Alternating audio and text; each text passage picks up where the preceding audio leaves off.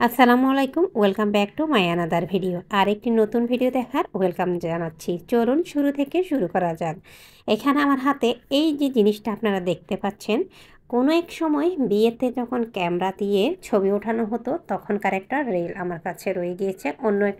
আরও একটা এইভাবে ছিল, যেটা ফেলে দেওয়া হয়েছে। এক একটা রিলে আমার মনে হয় ৩৬টার মতো কপি বা নেগেটিভ বের করা হয়। আদৌ এই রিলটা আসলে ভালো আছে কি না আমি জানি না।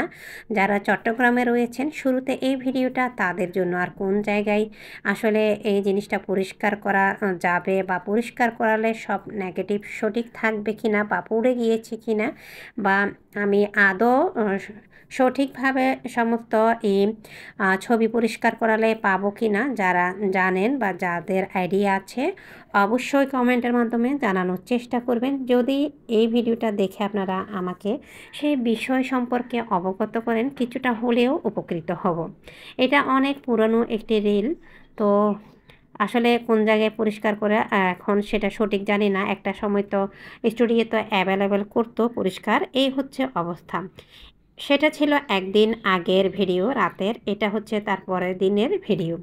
আমরা যেহেতু গৃহিণী, গৃহেই কিন্তু আমাদের কাজ, গৃহেই কিন্তু আমাদের জন্ম, আর গৃহেই কিন্তু আমাদের মৃত্যু।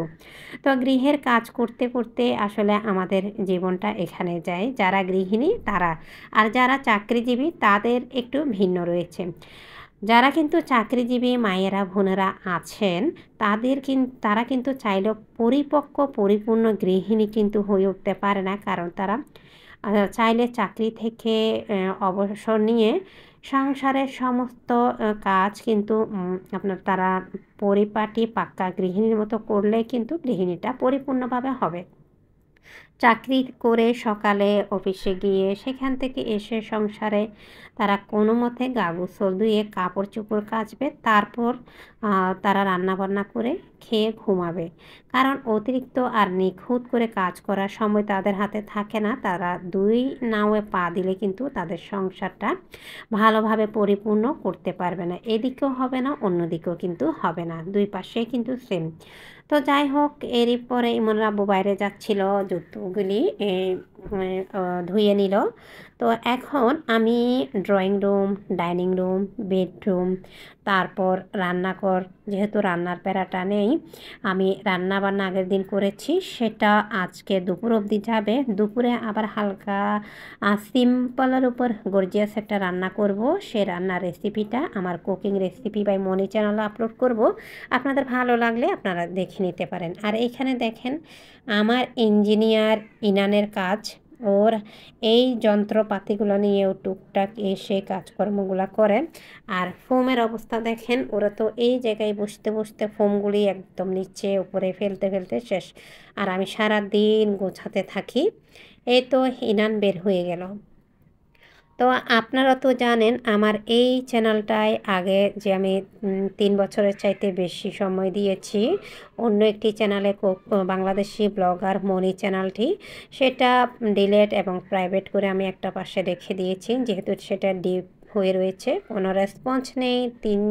2-3 বছর, 3.5 বছর, 4 বছর কাজ করার পরে তারপর আমি একটি রান্না চ্যানেল ওপেন করি। সেটাতেও খুব দ্রুত মোটামুটি আমার রান্নার কোয়ালিটি হিসাবে এখন মনিটাইজেশন চলছে। তো ভাবলাম পাশাপাশি সংসারের কাজকর্মগুলো শেয়ার করার জন্যে আমি একটি ব্লগ চ্যানেল ওপেন করি। এই হচ্ছে সেই ব্লগ চ্যানেল। এই ব্লগে আমি আমার দৈনন্দিন লাইফস্টাইল যখন পারি তখন শেয়ার করি, যখন পারি না তখন শেয়ার করি না। এই হচ্ছে অবস্থা। তো মাশাআল্লাহ, আলহামদুলিল্লাহ, খুব তাড়াতাড়ি আমার এই চ্যানেলে 1K সাবস্ক্রাইবার পূর্ণ হয়েছে কয়েকদিন আগেই। তো এই তো সেই আমাদের সিম্পলের উপর গর্জিয়াস রান্নাটা করে নিচ্ছি। এর ডিটেলস দিয়ে আমি আমার কুকিং রান্না চ্যানেলে দিয়ে দিব।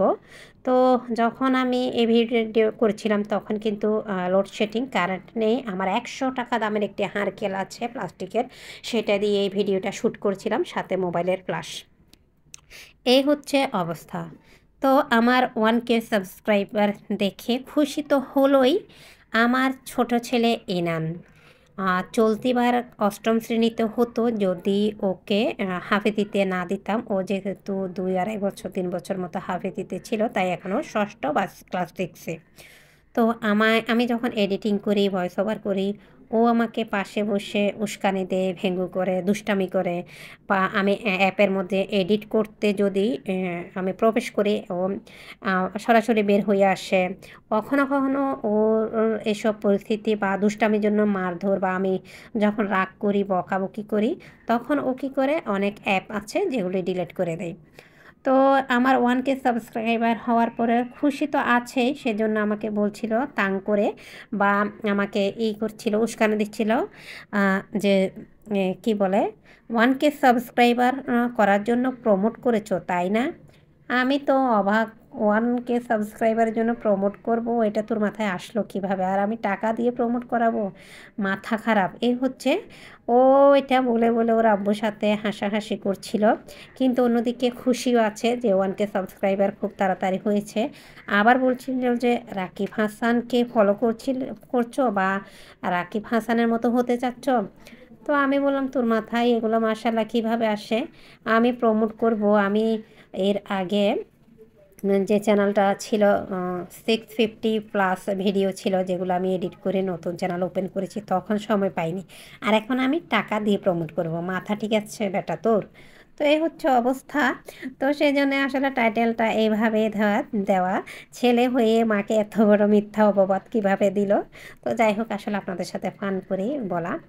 তো এই তো আমাদের ছাতার টেক্সিন, বা অন্যরা কি বলে জানি না, এই যে মুচিওয়ালার কাছে সেলাই করে নিচ্ছি।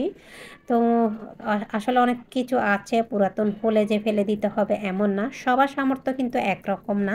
আমাদের মতো নিম্ন মধ্যবিত্ত যারা আছেন বা আছি, তারা কিন্তু এইভাবে কিন্তু টুকটাক করে আমাদের চলতে হয়, ঘর গৃহস্থী করে। তো সব কিছু মিলিয়ে এই হচ্ছে অবস্থা। তো ছাতাটাও মাশাআল্লাহ ঠিক হয়ে গেল, একটা না, ছাতা কিন্তু দুইটাই ঠিক করে নিয়েছে। আর তো এখানে ইমনও ছিল। এরপরে আমরা চলে আসলাম বিকালে ভাবলাম একটু লুচি করি, লুচি পুরি অথবা কোনো একটা স্ন্যাক্স যদি বিকালে ভারী করে না করি। আসলে ছেলেরা এই আসরের পরে একটু খাবে, আবার বাইরে থেকে ঘুরে এসে আর একটু 7টা বা 8টার দিকে মাগরিবের পরে একটু চাইবে, এই জন্য আসলে একটু বেশি পরিমাণ করতে হয়। আর দোকান থেকে কিনে কিন্তু খাবারগুলো একদমই খেতে ইচ্ছা করে না, কারণ দোকান থেকে কিনে খেলে কিন্তু খাবার, যে কোনো স্ন্যাক্স পরিমাণে কিন্তু হয় কম, টাকার পরিমাণটা কিন্তু বেশি। তো বিকালের সময় আমি সব সময় চেষ্টা করি কিছু না কিছু একটা আসলে স্ন্যাক্স বাসায় বিকালের জন্য তৈরি করতে। আর তৈরি না করলে আসলে খাবার বা যে কোনো স্ন্যাক্স দিয়ে বরকত হয় না। আমাদের মতো আসলে নিম্ন মধ্যবিত্ত যারা আছি তাদের একটু হিসাব করে চলতে হয়। তো সব কিছু মিলিয়ে পরিশেষে আমি এটাই বলবো যে আমি এই 1K সাবস্ক্রাইবার গেইন করতে পেরেছি শুধুমাত্র আপনাদের জন্যে। প্রথমত আমার নির্ঘুম রাত জাগা আর অক্লান্ত পরিশ্রম, আমার চেষ্টা আর আপনাদের ভালোবাসায় আমাকে 1K সাবস্ক্রাইবার পূর্ণ হতে সাহায্য করেছে।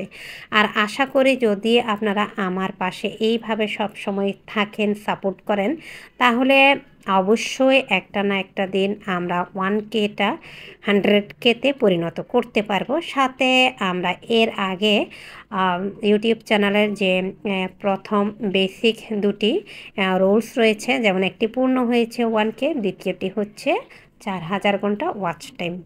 তো সব কিছু মিলিয়ে আজকের ভিডিও এই পর্যন্ত। সবাই ভালো থাকবেন, সুস্থ থাকবেন, নিরাপদে থাকবেন। আসসালামু আলাইকুম।